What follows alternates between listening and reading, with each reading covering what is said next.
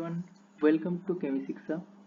Today we'll be talking about saline tube heat exchanger, which is one of the most widely used heat exchanger in the chemical industry. So the reason behind the popularity of this kind of heat exchangers is obviously its versatility.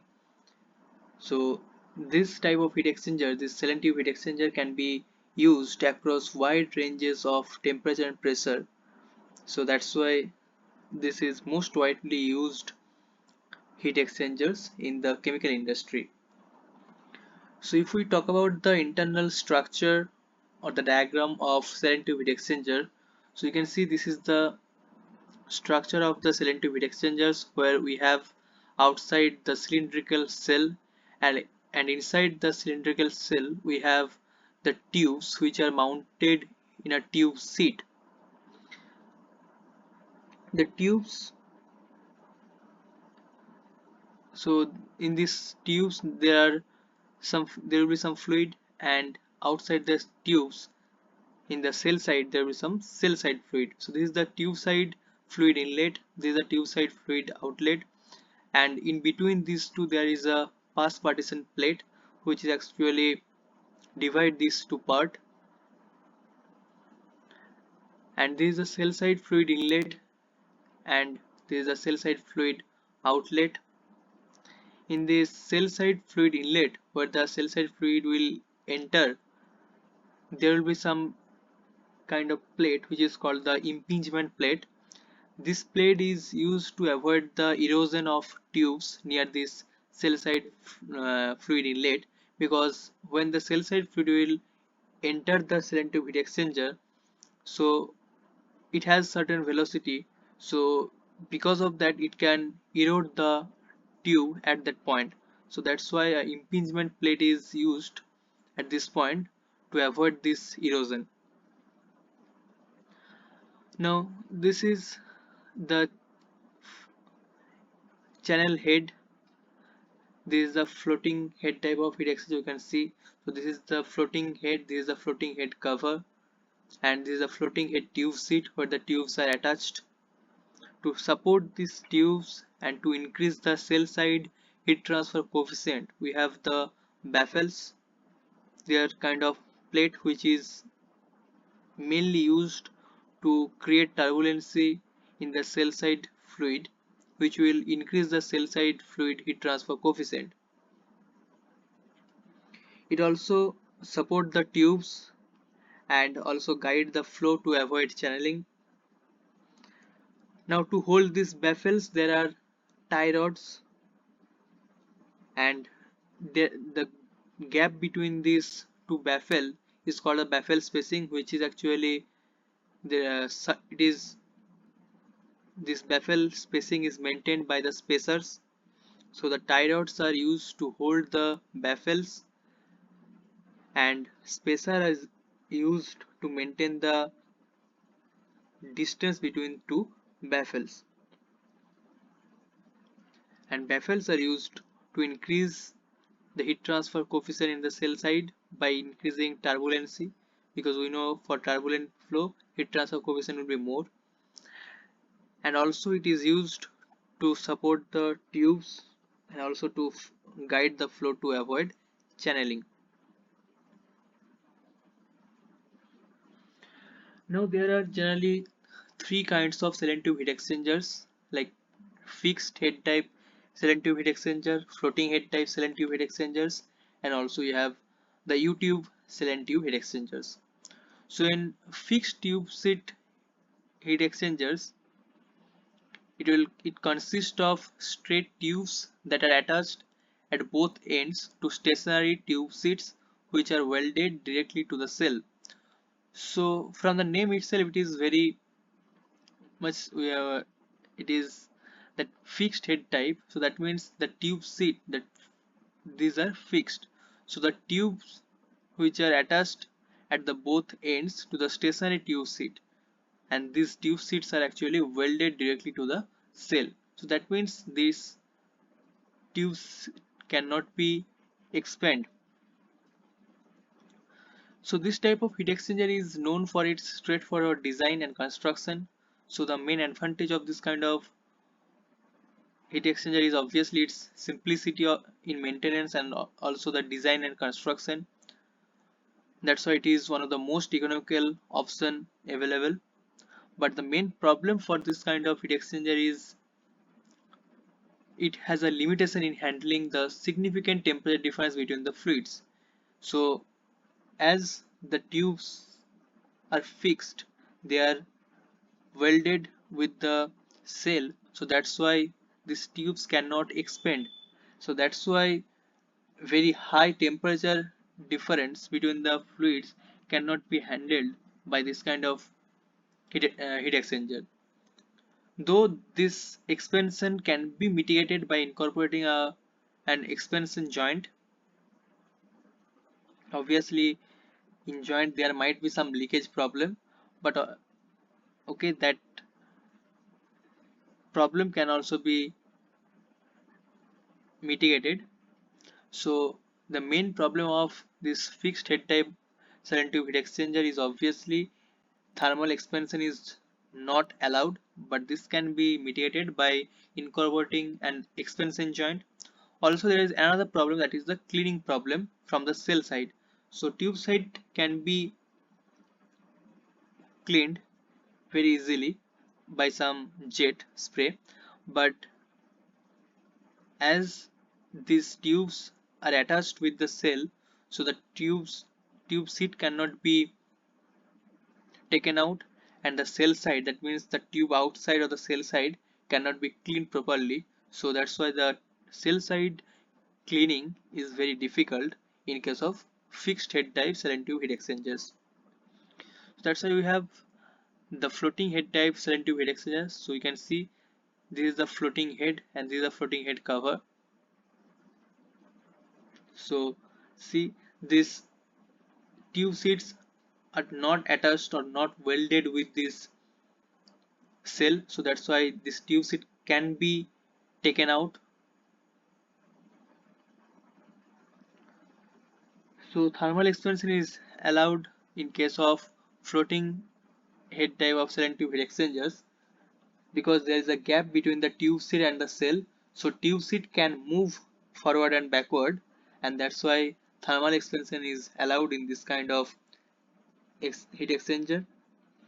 If tube side fluid is hot, then tube seat can elongate, that means it can expand. The floating head heat exchanger is a type of tube heat exchanger in which the tube seat combination is independent and can move freely within the cell. So as I told you that the tube seat can be moved forward and backward, back and forth. On movement of this tube seat is possible because the tube seat is not welded with the cell.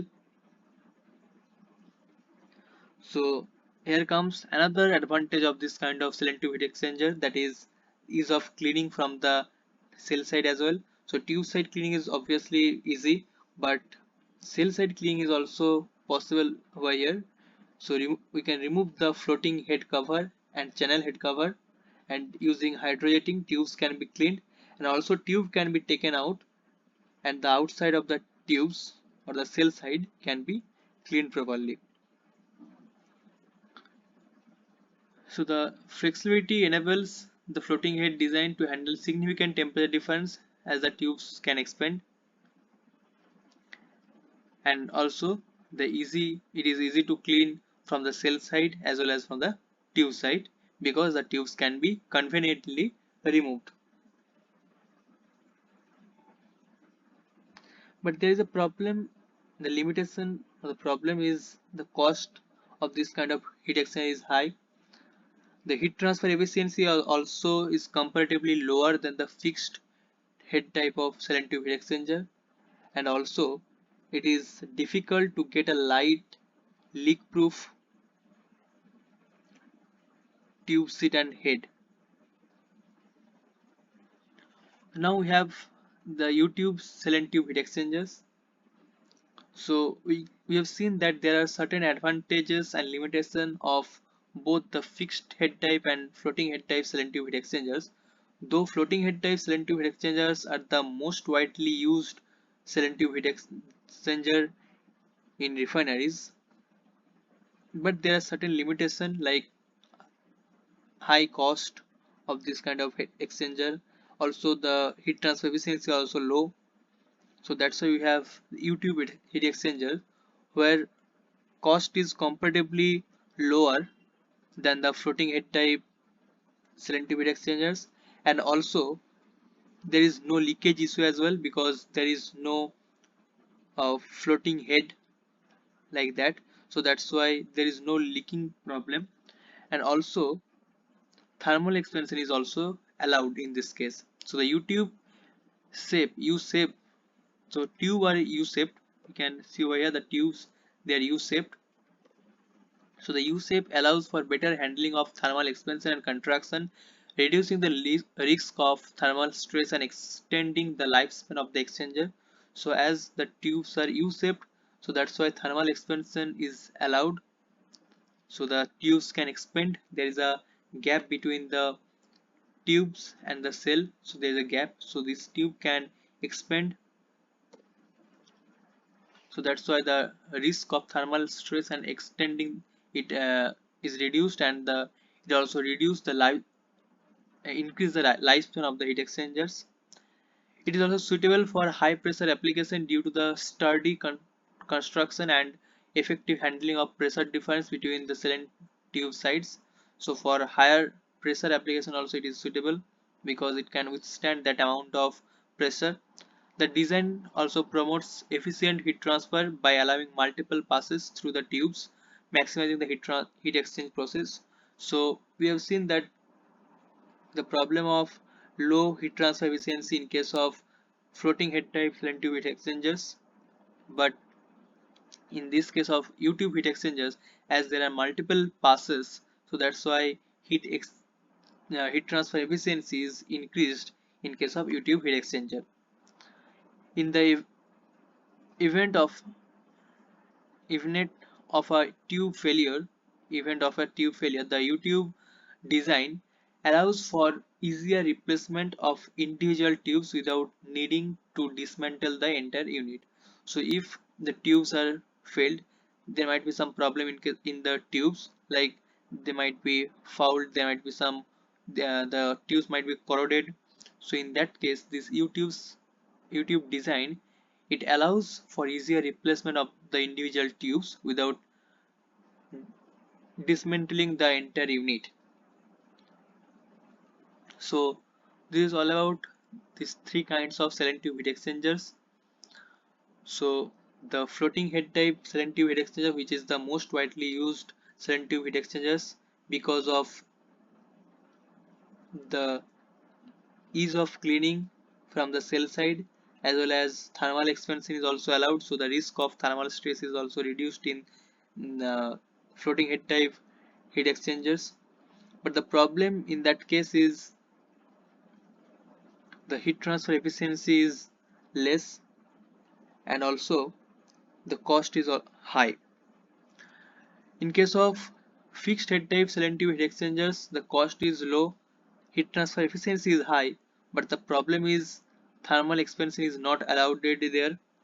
It can be mitigated, this problem can be mitigated by incorporating the expansion joint, but there might be some problem of leakage, and also cell side cleaning is not possible in case of fixed head type selective heat exchangers. So there is a solution of this problem, that is U-tube heat exchangers, because in case of U-tube selective heat exchangers, because of this U kind of shape, it allows multiple passes, so that's why heat transfer efficiency is also increased. Cleaning also possible from the cell side is also possible in this case. Thermal expansion is also allowed because the tubes are U-shaped and there is a gap between these tubes and the cell, so the thermal expansion is also allowed. Cleaning inspection is difficult actually in this case, but cleaning is possible, though cleaning inspection can be done by pigging, and cost is also lower of these U-tube heat exchangers than the floating type of heat exchangers. Kettle type of reboiler is one of the example of this U-tube heat exchanger. And for fixed head type, generally the surface condensers are the fixed head type of selective heat exchangers. So this is all about this video. These are the references for this video. If you like this video, please hit the like button, subscribe my channel, share this video with all your friends, be a part of a growing network of future ready chemical engineers. Thanks for watching this video.